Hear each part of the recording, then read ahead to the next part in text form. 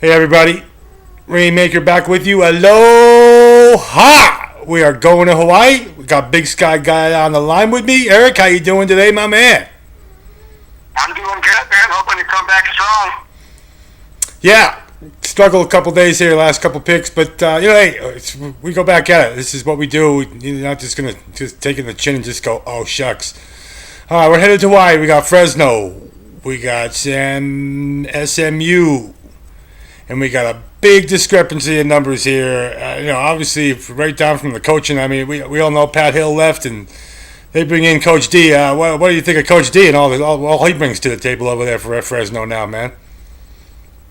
Well, yeah, he's done more than what we'd expect of him, that's for sure. I mean, turning that defense into quite the opportunistic juggernaut over there.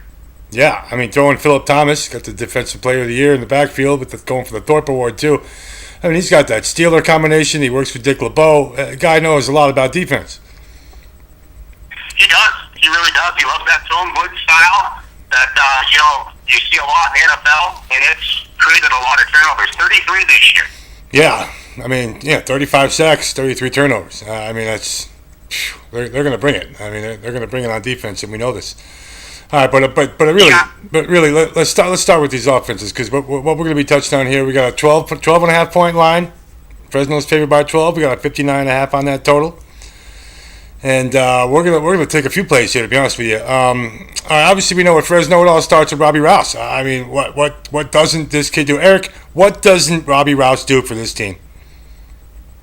Yeah, he's amazing. We're talking 5'7", 190. I mean, this kid is a little bowling ball. He really is. And he's amazing. I mean, we're talking almost 1,500 yards on the ground. He's got 58 catches for over 400 yards, 14 total touchdowns. This kid's explosive. Yeah, 15 touchdowns if you want to throw in the one that he threw. He threw one too, don't forget. Yes, he did throw one. Yeah, he did. So, but not even him. Now, you think Derek Carr had a season, man? How about a 36-5 ratio? That's ridiculous. Yeah, 70% of his passes down there, this guy's completing. That's ridiculous. Yeah, it is ridiculous. Kid's having a season, man. Devontae Adams has obviously had a lot to do with that. 13 touchdowns. He's got 7 other guys out there he'll throw the ball to. Carr's not afraid of anybody. He's obviously the player of the year in the conference. He just declared he's coming back for his senior season. So this team's walking in here on a Hawaii vacation with all the confidence in the world, man. Yeah, totally. He's going to go over 4,000 yards in this game. He's about at 3,800 right now. This Devontae Adams kid, he keeps throwing the ball to. He's got over 10 catches a game over his last 5 games with over 200 at New Mexico. All right, this kid, this three-headed monster over there is amazing. And considering that SMU's coming in with 112 rated pass defense and FBS, they're in some big trouble. Yeah, that's, especially they're decent against the run, but you want to throw the ball around against SMU, you feel free to do that because they're not going to stop you from doing that. Exactly. Yeah, I mean, that's just the whole deal.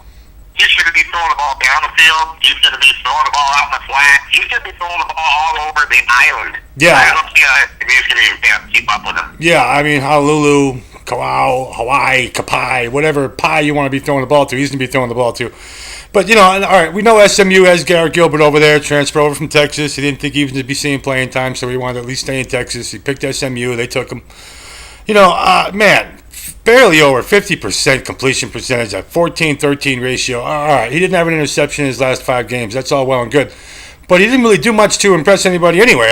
His stats weren't that impressive at all, you think? Yeah, I mean, he was mildly efficient at best. He does have a tendency to use his legs to create plays. He does have 7 touchdowns on the run. He does. He do have the Offensive Player of the Year over there.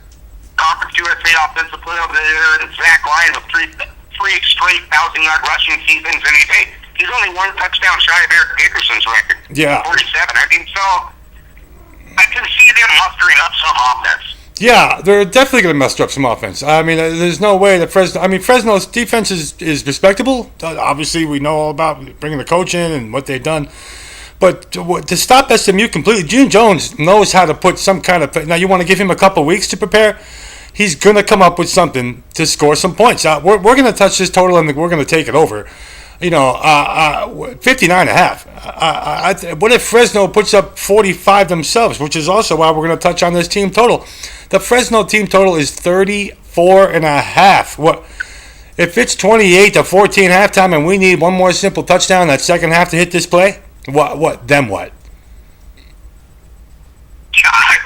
And again, you're getting that half point, which is huge. You're talking seriously 5 touchdowns, a touchdown a quarter plus, no problem for that Fresno State offense against that SMU defense. Yeah, 34.5. There's no way I can leave this alone. 34.5 points. I see Fresno having this going into the fourth quarter. I don't see how SMU is going to actually stop them on either from running the ball down their throat, from throwing the ball down their throat. Then now you want to throw in all the turnovers that both these teams create. I mean, both these teams can create turnovers. There's going to be points on special teams, defense, offense. There should be deep touchdowns all over this field.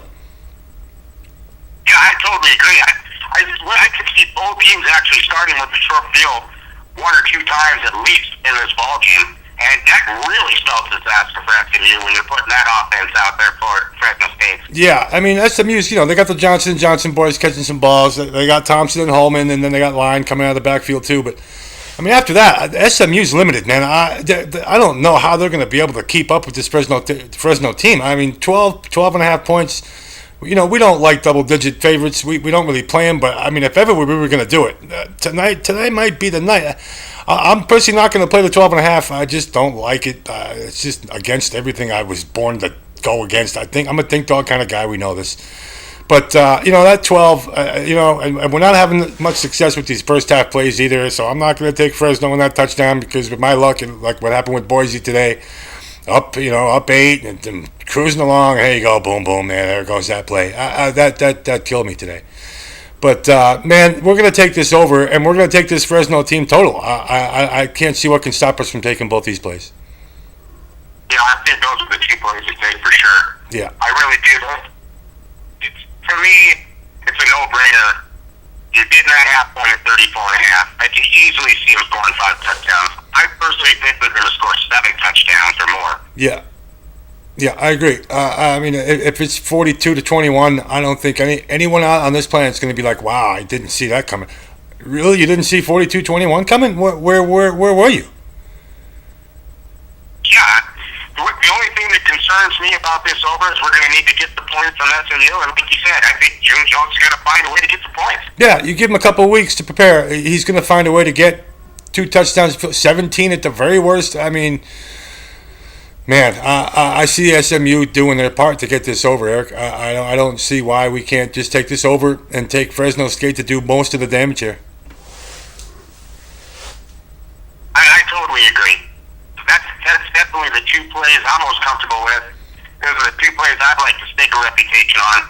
What we're doing here is we're basically taking Derek Carr and that crazy offense to score plenty of points. Mm-hmm. And June Jones said find a way to at least get 17 to 24 points on the board. Yeah, I mean, it's not like they haven't hit a hover all year. So, yeah, we have no problem with this. All right, so, again, we're doing a Hawaii Bowl here. We got SMU and Fresno State and the 59.5 on the total, and we're going to take it over. We're going to take Fresno State's 34.5 team total as well. There's nothing really here that can deter us from this play. So that's what we're going to be playing today. So again, Eric, hey, thanks for hanging with me, man. Rainmaker here. If you guys can log into ej.rainmaker.com anytime you want and see what we got going on. Eric, thanks for joining me again this week.